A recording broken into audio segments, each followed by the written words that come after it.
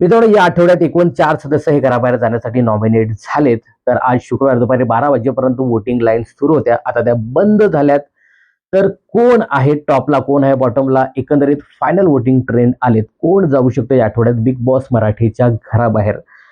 तर आपण सुरुवात करूया आज पहिल्या क्रमांकापासून. पहिल्या नंबरवर सध्या तरी दिसतोय तो म्हणजे राकेश बापट. राकेश बापटचा गेम काही लोकांना आवडतो, काही लोकांना अजिबात आवडत नाही.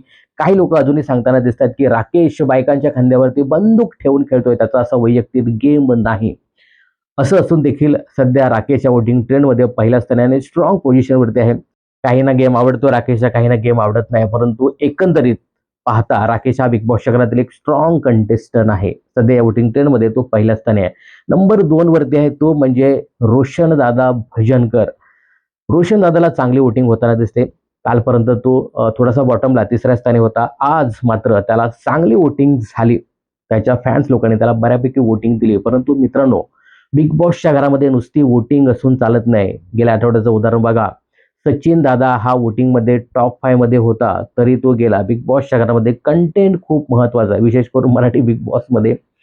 तर रोशन दादाला बऱ्यापैकी सध्या तरी वोटिंग झालेली आहे, परंतु कंटेंट त्याचा कमी आहे. त्यामुळे तो वोटिंग असून देखील थोडासा डेंजर झोनमध्ये आहे. त्यानंतर 3ऱ्या स्थानी आहे द राखी सावंत. मित्रांनो, राखी सावंत एक हाती म्हणजे वन हँड बिग बॉसचं घर चालवतं असं सांगायला हरकत नाही. The Rakhi Sawant show big बॉसच्या घरामध्ये पाहायला मिळतोय आणि बाकी हे जे काही लोक आहेत ना, ते फक्त प्रेक्षक म्हणून बिग बॉसच्या घरामध्ये आहेत. शो राखी चालवते. राखी जरी वाईल्ड कार्ड म्हणून आली तरी ती बिग बॉसच्या घरातील एक स्ट्रॉंग कंटेस्टंट आहे. सध्या ती 3ऱ्या क्रमांकावर आहे. नंबर 4 वरती आहे ती म्हणजे प्राजक्ताताई शुक्रे. प्राजक्ताला खूप संधी होती या आठवड्यात दिसण्याची, खेळण्याची. खरं तर कालच्या टास्कमध्ये तिने विशेष चांगले मुद्दे उपस्थित केले, परंतु कुठेतरी थोडीशी वेळ निघून गेली असं सांगायला हरकत नाही. प्राजक्ता या वोटिंग ट्रेंडमध्ये 4थ्या स्थानी. आता कोण जाणार घराबाहेर? प्राजक्ता बॉटमला आहे. राखीला थोडीशी वोटिंग कमी झाली, परंतु राखी राखी आहे. राखी एंटरटेनमेंटचा तडका आहे. ती काही आठवड्यात जाणार नाही. जर कॉन्ट्रॅक्ट संपला असेल तर ती जाईल, परंतु राखी ही खूप स्ट्रॉंग आहे. प्राजक्ता वोटिंग कमी आहे आणि त्यानंतर कमी कंटेंटमुळे आपला रोशन दादा हा बॉटमला आहे. एकंदरीत मला असं वाटतं ना, की या दोघांवरती ज्या आठवड्यात घराबाहेर जाण्याची टांगती तलवार असणार आहे, विशेष करून प्राजक्ता शुक्रेचा द एंड होण्याची शक्यता आहे. कारण सुनावण्यानंतर प्राजक्ता ही घराबाहेर जाऊ शकते. पण मित्रांनो, गेल्या आठवड्यामध्ये रोशन दादाला बॉटमला ठेवलं होतं. बघा, त्याच्या गेल्या आठवड्यात सचिन दादा बॉटमला होता.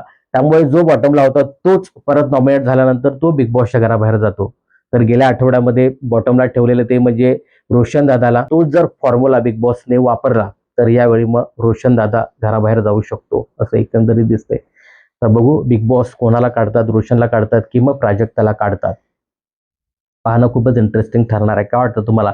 कोण जाणार या आठवड्यात घराबाहेर आणि तुमचा सपोर्ट कोणाला आहे या वोटिंग ट्रेंडमध्ये हे कमेंट्स करून नक्की सांगा. बिग बॉस आणि मनोरंजन क्षेत्रातील अशा फिल्मी अपडेट जाणून घेण्यासाठी चॅनल जर सबस्क्राईब केलं नसेल तर जरूर करा.